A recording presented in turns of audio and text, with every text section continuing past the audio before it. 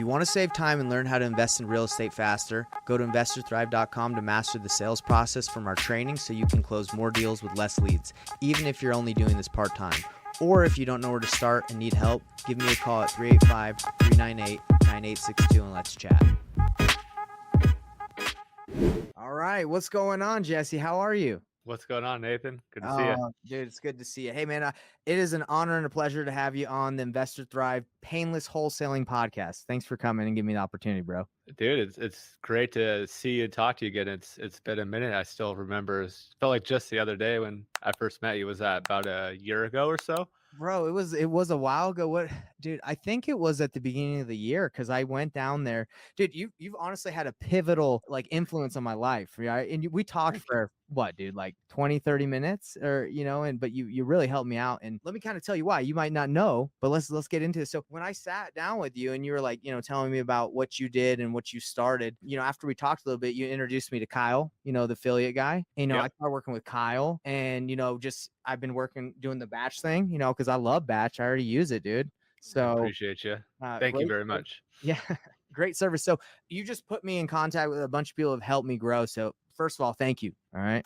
Absolutely. I'm glad to help in a small way, but I just made some connections. You're the one that's putting the work in. So, congratulations to you and all your success. Thank you, man. And it is kind of crazy. Tell me how life is interesting, how you can just make a connection, like for like maybe a 15, 20, 30-minute combo and it can just have such a big impact. Isn't that crazy? The world works in mysterious ways, my friend. It's wild, and I've had those happen for me as well. Is talking to someone one time is a lot of people give you different advice. It's just who gives it to you at the right time or it lands the right way to make you go make those decisions or those impacts that you're working on. Or it's really weird how it works. It's kind of crazy. It is absolutely crazy. And that's kind of what we're here to talk about today, Jesse, is about your journey and maybe some of the impacts other people have had in your life to get you to where you're at right now. Cause I'm very interested. So you are, just for people that don't know Jesse, he's, running Batch Leads, which is a great company. And, maybe a lot of people don't know the man behind the great product, right? So that's why I'm bringing you on here, let the world know. So for Jesse, for people that might not know who you are, can you give us a kind of an intro to a little bit about yourself? So you, in your own words. Yeah, I'm the CEO of Batch Service. I was an active real estate investor until about 2 years ago for the simple fact that we went all in on supporting the community and building this product. It was really hard to run a bunch of different companies, but yeah, I was a full-time real estate investor, wholesaler, flipper, buy and holds from 2014 till about 2020, and then we shut down actively real estate investing so we could focus on servicing the community of you guys and making sure that we're giving the product and growing the product to where y'all could have success. So it's been a pretty wild journey for sure. Dude, I bet. So did you have any experience in running a software company before getting into Batch? No, I never intended to build a software company. We were just trying to solve problems Yeah. inside our businesses. So my partners, Annie and Evo, Mhm. they had their own wholesale company. I had my own, and we met at a mastermind and we just started helping each other on the business. And then Evo's like, "Hey man, I found these really good skip tracing numbers, or I found a new product that I'm trying to sell, or do you want to use it?" And I was like, "Sure, I'll Mhm. try it." And then I was like, "Dang, this is really good. I think I have some people that could use it too." And then it just slowly turned into a business and then went from just selling, skip tracing to creating the software and the products. And we truly had no clue what we're doing. It was Really? Wow. we had to learn a ton and we had to learn a ton fast. And it's just kind of been a rocket ship over the last, 4.5 years since we started this. And luckily, the three of us love to learn, love to read, love to ask the right questions. And luckily, we're able to hire a bunch of great people that helped us along the way because we truly didn't know what we're doing at first. And it was all trial and error at the beginning. Dude, I really respect the fact that you're saying, hey, in the beginning, like you didn't know what you're doing, and it was trial and error. Cause sometimes I think when people they see businesses like yours, they're like, oh man, they just figured they just had it, right? They just got it. They just rocketed ship it from the beginning, right? Yeah, I mean, luckily, quickly we had some really good engineers and developers. So we've always had a really solid product and a really good product. It was learning how to service our clients and understanding all the different nuances that go into owning a software company. And that was, we got some mentoring, we got some coaching programs, and we also just learned a lot and read like books are the key to everything. I love learning. I love reading. I love listening to audibles, and Wow. that's really what's helped us is learning about different things. You know, I was like, I want to learn about customer success. And then there's a book called Never Lose a Customer Again. And that changed a lot of how I thought about things and did things. And it's awesome. There's so many resources. You just have to go out and find them and understand how to implement them. Wow, man. And let me ask you this. How much of the success of the product and building it do you feel like came from you being a real estate investor previously and understanding like the what real estate investors go through? A lot of it, You- definitely a lot of it. But that was us understanding. And now that we're not actively real estate investing, Mhm. we lean on our customers and the coaches and the people like you that promote it. Is all we want is feedback and understanding what's working, what's not working, what's new to come, what can we build to service you guys to, at the end of the day, get more deals. And Yes. Yeah. we've always been focused on user feedback. That's, I mean, that's how great products grow. And that's been our biggest thing, is talking to people that are using it and people that are having success. And then also understanding the people that aren't having success, what tools and what things can we do to help them as well. Yeah, and I think it's your platform's really powerful, and it even became more powerful with Batch Leads 3.0, right? You added the driving for dollars in there, and previously, the I think it was Batch Driven, wasn't Yeah. that? So they were on different platforms, correct? Like r- Batch Driven. right. So Yes. what made you want to combine it? Was it just because you believed like it would be more accessible to people not having those different products, or what? Yeah, what made you want to combine? To be honest with you, it's people are like, well, what one do I have? What should I use? Well, I want both, but I want this and that. It wasn't a great user experience. And all these people are in the batch ecosystem. And Mhm. how do we make a better product for a customer? And at the end of the day, it was collapsing batch driven into batch leads. So you could get the best of both worlds. And financially, it may not have been short term the best thing that we could do because we have revenue there. We're collapsing that Right. in. We're doing all these different things. But at the end of the day, we want to do what's best for our customers and for our users. And that is the best thing for them to have more success. And that's the route we decided to go. We're kind of led by, you Mhm. know, how can we help the customer and how are they going to have a better experience inside our products? That's awesome. Okay, so it's a customer experience, which you've read the book. I think you said never lose a customer. So, if they're tied to multiple things they use in one platform, right, then maybe they're more likely to stay, right? Than being It's not even that. It's people have 2 different logins, 2 different billings. It wasn't a great experience for the batch ecosystem, and, it's something we're working towards getting together, even further in the future. But at the end of the day, it's just we if it was the right thing to do, and a lot of people were asking for it for a long time. And as on. I said, we listened to our customers, and that's what they were asking for. That's really cool. I mean, I'll be the first one to say, like, I also struggled with that because I had batch leads, and I was like, well, batch driven, is that should I get that? So I think putting them together is just money. But you did say there could be a potential issue with transferring all the existing customers from that platform to that. I guess what are you, if you want to share, what are you doing to make the transition easy from people that are on batch driven? No issues. It's just some people may just be like, well, I don't want to do this anymore. This isn't exactly how I wanted it. But for the majority, Yeah. this is the best route to go. So you're never going to be able to please every single person because I'm sure there's plenty of people that just wanted batch driven just for batch driven. But it was just over and over and over again is people wanted this to be inside batch leads. And that's what we had to do. Is it a plan in the future to combine batch dialer with the batch leads and just have all in one, or do you have to keep them separate for some reason? You'll see. That's all I could say. You'll Oh, see. snap. I'm diving deep because these are the questions I feel like people want to know. They want to know, what's going down. And I love it. You guys are always innovating. And I think it's awesome. So I am curious. I think you said something about a mastermind. That's how you met your business partners. Is that right? Yeah, it was called the Go Giver Mastermind. Brandon Simmons That's what I wanted to actually ask you. Yeah. holds them, and he was like Sean Terry's right hand man back in the days, doing stuff on his own now. But that's where I met Brent. Like really met Brent, or really like really got to know. Like so, it was all the biggest players in Phoenix. It was Pace was there, Can you Jameel believe was that? there. Brent was there, Steve Awesome. was there, me, Aiden and Evo, Danny Jared, Carlos Reyes, Sal. There's some big swingers. It's just been really fun to see all the success all of us have had in different ways. And I'm so grateful for Brandon and putting that together when he did. Now, none of us attend it anymore. It kind of morphed into something different, but man, that was when you want to talk about pivotal points in my journey and all of it, not just batch, but real estate investing and Right. getting around the people that pushed me and the people that have huge goals that made me want to have huge goals and think so much bigger than I was thinking at the time. That was the room I got in that really changed my life for sure. Dude, and I'm sure Brandon feels extremely like happy, that he's able to provide a platform or an environment where people could do that. Brandon has had a giant impact in my life. So I'll just tell you my experience with Brandon. So me and my business partner at the time, I don't have a business partner now, but we started doing nationwide wholesaling, right? So we followed the criteria or whatever they told us to do. We turned on nationwide pay per click, spent tons of money, and we couldn't sell our deals because we were getting leads in the middle of nowhere. So we Right. just I tell people this, we went like 50, 60K in debt,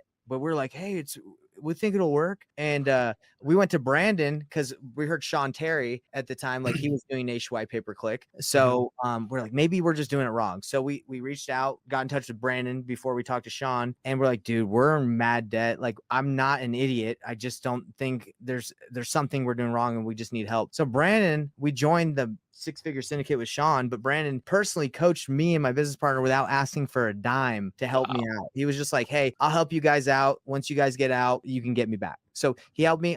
We got out of debt within like 2 months. We did like Wow. a giant big deal from what he showed us. And now we were flying ever since. And obviously there's rocky stuff. The market's kind of funky right now, but yeah, dude, Brandon had a huge impact, and it's crazy how he had an impact in your life and my life. And look, I even think we might have been no, actually Steve Trang told me to reach out to you, but still, like, it's crazy how it's all connected, right? Right. It's It's amazing. wild. But Steve was through Brandon as well, and that's how I built the relationship with Steve to then have you come on the show and tell you to reach out to me because Dude. I mean, a lot of stuff stems from Brandon for sure. Well, dude, Brandon, if you're watching this, thanks, brother. So let me ask you, are you planning on doing, I guess, what's the exit strategy? I'm curious. Are you wanting to just build batch forever, or do you want to sell it, or do you have an idea of what you're trying to do? Honestly, right now we have plans to continue to build it, and we have roadmaps 3 years, out of what we want to do. But I don't have truly one way or the other. I just want to continue to do what we're doing, and if someone comes and presents an opportunity to buy us for something that we think's fair, it's something we'd be open to. But it's not the goal. Is not this is what we're going to go sell for. This is what we're going to go do. Like our goal is to just keep building a badass product that people want to use. Like that's the focus. You have to be prepared to sell, so you have to be buttoned up. The best thing about, having to be prepared is you have to have a lot of stuff in place, but all those things in place actually make your business stronger. So it's nice to understand the things that need to do to be acquired, but all those things that need to be done strengthen your business and strengthen ways for you to make sure that you're giving the best service to your customers. Okay. Wow. That's awesome. So we talked about growing your company, and hiring is a huge part to growing a business that can scale and can grow. How's your experience been with hiring? Were you just good at hiring from the get-go, or did you hire some people that maybe was a bad decision? How was the hiring process as you've grown this? I mean, that's actually probably one of the biggest mistakes we made was not as we were really trying to grow. We didn't understand the importance of HR or of like we never had no concept because in wholesaling or real estate investing, no one has a recruiting manager or someone that's recruiting for them. So we were very late to that show to where it would take all of us time as owners to like put out these ads and interview people or friends of friends and all these different things we were a little late to hire our first HR person to really help. HR isn't just there for HR. They're there. They also do payroll. They do all these different functions to where making sure people are getting the things inside your operation that they need. And then soon after getting our first recruiter was a huge deal for us. And now we have 5 or 6. Did you say 5 or 6 recruiters? Correct. Oh my gosh. That's wild. So their job is just to find good talent. Right. Exactly. Wow. That's Like awesome. listen to think of I mean, like Facebook and those Google have like thousands of recruiters. I have a handful. So Wow.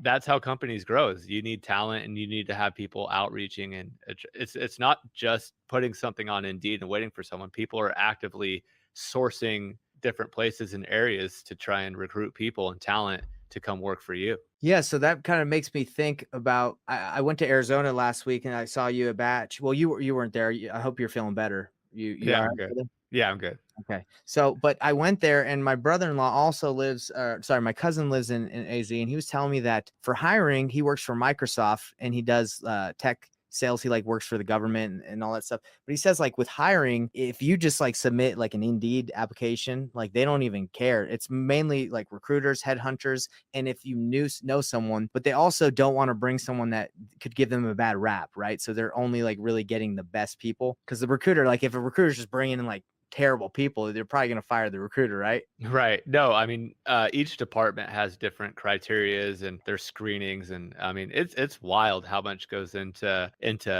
bringing on talent and making sure that they're a culture fit and all those things. 'Cause you don't want to bring someone on that's not going to be a fit. They're not going Mm. to be happy. You're not going to be happy, and Well, there's a cost to it, right? Like you actually spend a lot of money hiring the wrong person, right? absolutely. And at the end of the day, you want to have a great culture, and you want to make sure that they're going to fit into that and be a right fit as well. So there's a ton that goes into it, and we've made a ton of mistakes on, hiring people, the wrong people. We've hired a lot of right people as well, but when you hire wrong, it hurts. So a lot of people are quick to hire. I would say that should be like your most stringent process. Even if you're small, it's even more important because someone could set you back or really drive revenue down if they're not the right person in that role. Dang, yes. And the recruiters that you have, do they have a specific department they're recruiting for, or is it they just recruit for all? Is that what you're saying? No, it's specific that different people are recruiting for different things.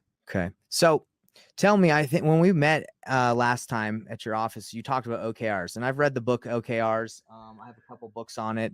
How much has OKRs impacted your business? So OKRs, for you guys that don't know, it's called objectives and key results. It's a way to track goals for each quarter, each year, so on and so forth. And I mean, I passionately spoke to you about that on the importance of it. So You showed me it, I brother. mean, it literally changed our business, changed how the whole entire organization worked because it aligns you from the CEO all the way down to, every single person with every different type of task. Because we have a overarching goal and everyone has to be clicking and doing their part to make sure that we get there. And it's a great way to have the organization understand, why you're important and what you're working on and understanding what we're working towards. And it really aligns the team from the bottom up and the top down. Yeah, and I'll be real. I've read the OKR book, and my mind is almost is it's like blown because I'm like, man, it's so simple, right? But it's like, and it must be for me. I feel like in your position to be extremely difficult to line like the very top to, like you said, have everyone line in and see how they integrate and work together. Has that been difficult to try and get everyone aligned in the same, I guess, in the OKR system? Well, it's a full week and a half of meetings, and you have the executive team that's talking with the man. So it's just layer by layer, everyone being on the same page. It's not perfect, and I don't think anyone does it perfectly, but you're continually learning and changing and doing things to make sure that we could better align the company as a whole. But honestly, yeah, it's not that hard, but it's actually the hardest thing because there's so much planning that goes in. You have to have a lot of numbers and a lot of data to make these decisions and to be able to track and measure Hmm. to make sure people are doing. So you have to really write your objectives in a way that are measurable, even if it's not a super measurable thing. You have to be able to measure it because you have to track it and you have to be able to score it at the end of the quarter. Right, and that's the key. Like, is it measurable? Right. If you can't measure it, then it's not really an object. I guess you can't really plan it out, right? If there's Exactly. which I think all of us have always, at least me, I've set goals in my life and it's like not even measurable at all. But this is I'm assuming it's trained your brain to be like, look at things like, hey, the right way to scale out and grow. But you could use it for your personal life too, which is great. Yeah. And do you also use the what's the platform? I can't remember. It's a software that they have for OKRs. Do you remember what it's called? That's called Ally is what we Ally. use. I think Microsoft just actually bought them. Yeah, so Ally, that's money. I mean, I looked into it because I was getting into the OKRs as well, but in the wholesaling business, it's probably not as prevalent as in, a software company, right? I mean, there's a lot more teams and stuff. I disagree. You could have a startup with 3 people. I still think OKRs are just as important, for anything, so I'm not gonna let you off the hook here. I think you should do them, and, Uh, I they thought you are were gonna real. let me. No.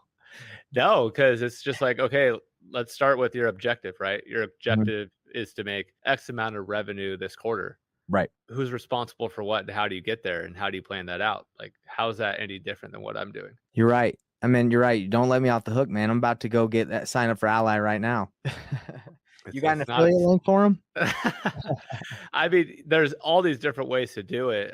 It's not super expensive. As I said, it just depends. But I mean, yeah, I think it's worth doing. But it took us about a year to even get it reasonably decent. It was tough. It's hard because you Yeah. have to think differently. But like, let's use wholesaling for example, right? Right. I want to do 100K in revenue. Let's just make it easy for the quarter. So Okay. that's what $33,000 a month.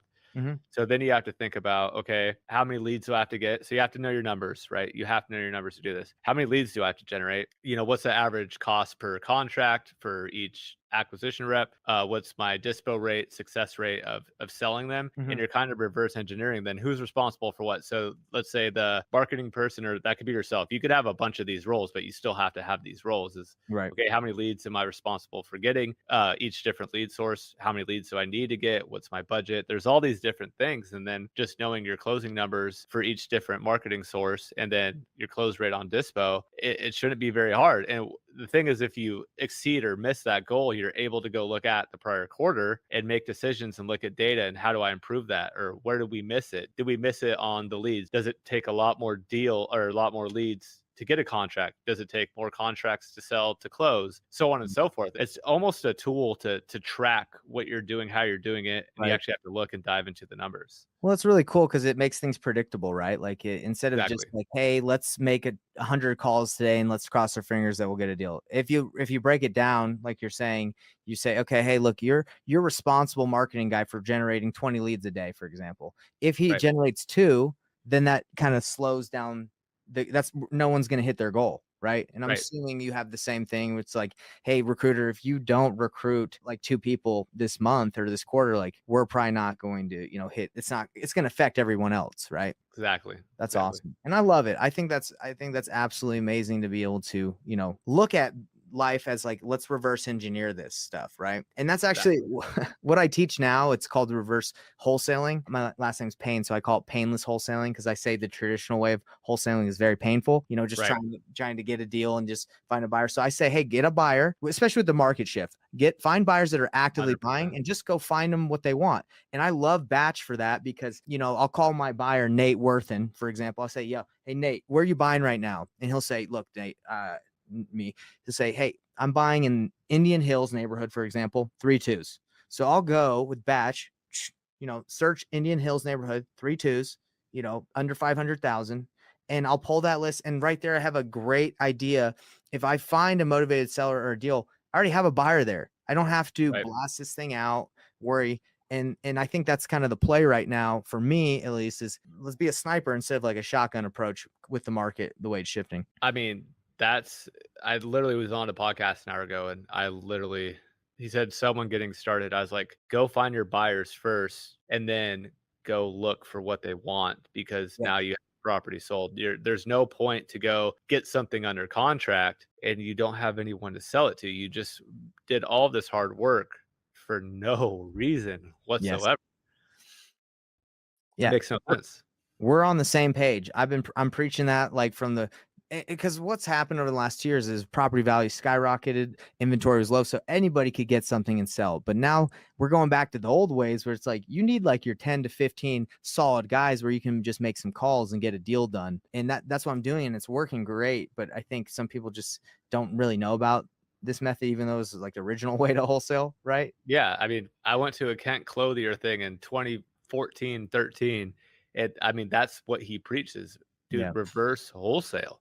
Yeah. Like, that's what you should be doing, and, I mean, once you get to a point and you have a big list, but, like, as your point being right now, we're in a different market. Like, what worked yesterday doesn't work today, and if you're gonna own a business and truly be a business owner, I love it when, these people that have been making money for the last 2 years that just got into it start complaining, and I'm like, "Yeah, but you're a business owner. You have to pivot. You don't Yeah. think that I'm having to pivot due to this market and we're Yeah. having to build things to make differently to make sure that you guys are having success?" The strong are gonna survive over the next year or 2, and you're gonna have to look at things differently. You may not be making as much as you did last year or the year before, but that doesn't mean you're actually doing a bad job. It means you're in a different market condition. And you have to adjust to it and adjust your expectations. You can't, not every company, including the big ones, are always going to hockey stick up. There's going to be bad quarters or it could be a bad year. Yes. It doesn't mean that you're doing a bad job, but Absolutely. don't use that for an excuse either. I'm not saying, Yeah, for but sure. I'm saying don't be so hard on yourself that just because what it was, but make sure that you build those systems and processes when the market shifts back to being more advantageous for you to have success. Now you could rocket ship back up and start really growing that business again. But you have to lean out. You have to do that sometimes. Yeah, and exactly that was my pivot was, larger marketing budget, a bunch of reps, and I said, hey, let's lean out. Let's target specific areas for specific buyers that I'm cool with. And, Mhm. that's going to be able to help you, maintain maybe as you could say, maybe a rocky, we'll see what happens, right? If interest rates keep going up, but I wouldn't even say rocky. I'd just say it's different. Like different. don't say it's bad. Don't say it's good. There's still deals to be made. You're still making more money than you've ever made in your life, and figure out how to keep that ball rolling. It's just different. And when the market's different, you're just making different money. Don't look at bad or good or more or less. Look at are are you doing better than others? Or are you like everyone's going through it together? What type of mindset are you gonna have? Are you gonna look at it as glass half empty or half full? And Love it. you better figure out a way or understand that if you're having this negative mindset or attitude, a lot of other people are having it. So why don't you shift that, change it? That makes it more of opportunities. More people are quitting or Yeah. changing their budget or saying, I can't do this. That's giving you more opportunity. And you have to look at, especially as an entrepreneur, you have to always be your greatest cheerleader and you have to be positive, or else it could get really tough. It could get really lonely too. Yeah. And I totally, I respect exactly what you just said. I agree with you 100%. And you look at it as opportunity. And I do believe that right now is going to probably be one of the greatest opportunities as sellers. I know because I'm on the phone with them are extremely motivated right now. They're extremely motivated, which is, we're here to help them. That's what we do, right? We help them Mhm. present options and help them sell their homes. So let me ask you, as we talk about mindset, how has your mindset changed from when you first started even getting into wholesale, like maybe when you were younger to where it is now? Like I just looking at you, I'm like, dude, I don't think anything can phase my boy right here, Jesse. He's got a strong mind. So did you always have a strong mindset, or did it develop over time? I've always been very competitive, but I think really understanding collaboration over competition is don't be out for just yourself. How can you help and impact others? Don't always what's in it for me. Once I learned that, just having that abundance mindset really changed my outlook on. And if someone doesn't have that, then you don't have to work with them. But like I try and go in and look at everyone in a positive light, see how I can help them. Now I'll identify quickly if someone's trying to take advantage of me or my time and isn't reciprocating because, Go Giver is one of my favorite books. You're supposed to give, but you're also supposed to take as well. Like you're able to ask and get help too. And people that are just takers, I cut them out. I want people that have huge ambitious goals. I want people that are complete givers, and those are the people that I'm around. So it's really the people that I put myself around. Speaking back to the Brandon Simmons Mhm. mastermind that we were talking about, is those are all incredible people that really change kind of the outlook of how I think and how I set goals and how ambitious. Because like when I'm like, man, if you're around a bunch of people that aren't doing much with themselves and you're the big dog, they're all going to be looking up to you. But when you go in there and you see someone outworking you and doing all these great things and having all these huge goals, it makes you want to be better and it makes you guys want to help each other. How can I help you get there? How can you help me? What can we do together for us to get there faster? And that's when I really shifted my mindset and stopped worrying about what's best for Jesse and what's best for everyone and how do we do this together and how do we help each other grow, because it's just been incredible to the journey that I've been able to have, and I couldn't say how thankful I am for all those guys in that room. Wow, that's powerful, brother.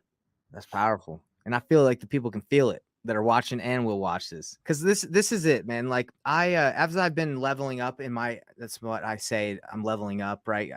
It's amazing to see the amount of people that I've been able to surround myself with that are, I guess, more successful or higher up. They're just so much well, they're just kinder, not kinder, So but let me stop you there for a second. Don't look at someone like that. Mhm. They're just further along in their journey, or they're a few chapters ahead of you. Don't say they're more successful. Don't say that they're leveled up past you. No, they're in a different Yeah. place in their journey, my friend. You're a few chapters behind. Don't discredit all your hard work and what you've been doing. Thank you. And sometimes I need that. I need that because sometimes I look at you or other people and I'm like, man, like you said, they're above it. But when I get in the room with you guys, it's like there's so much like you can just feel the go-giver mentality from people that are then in a different chapter, right? And it's amazing because I'm a part of some other masterminds, and with what you could say is people that are further along, and it's just crazy like how willing they are to help you. Like we met for maybe like 15-30 minutes and I just felt like, hey, you have my best interest in mind, right? You wanted to help me. You might never even see me again, but I felt like that time that you gave me was, you gave it your all, right? I guess my perception of people like that in the past was like, oh, they don't have time for me, they don't care about me. But it doesn't seem to be like that as you meet people that are further But along and they want to give back. But at the same time, you've given back to us and to me by helping with Batch and promoting us and giving and doing a video for our channel every single week. If I didn't give to you with expecting nothing in return, would you have done the same for us? um I mean, probably not, right? Yeah. But that's what I'm saying, and then you gave back to us because you're like, "I'm thankful for what they've given," and it's just a great snowball effect that happens, and Right. think about this for you too, is like you're thinking of the people that are further along in their journey, Mhm. but I guarantee how many people have you helped that look up to you the way you may look up to someone else, and I'm sure you do that all the time too, so why should you feel bad asking for people's time? Yeah, no, 100%. And that's something that I've kind of learned to get past is just as I reach out to you, Jesse, or anyone in the future, like how can I serve you? And then the law of reciprocity, like how can we work together? The synergy, right? Like how can we create some synergy to help each other grow? And it's been It fun. It's been really fun. And that's my point exactly, is, like, they may be able to help you with business or strategy or this or that, and you feel like what I've gotten from a lot of people that want to get themselves in a better room is, like, they're like, "I don't know what I have to offer," or, "I have nothing to offer them." That's not true. What you're offering me is helping promote our product, teach people how to use our product with a video every single week. Like I'm very, very grateful for that. You're offering something that's a huge benefit to us. It's Hmm. just what you're offering is going to be different. But if you really intend on finding value on helping them as they're going to help you, Hmm. you'll find a way to do it. It's just a different type of value. Yeah. That's cool, man. And that go-giver mentality you're talking about, game changer in the sense that like you don't look at what can you take. It's like what from people, what can you give? And I think that's the way Right. to live life. And that's really cool. So yeah, I'm having a great conversation with you, but I kind of want to wrap it up and ask you about this. This is really cool.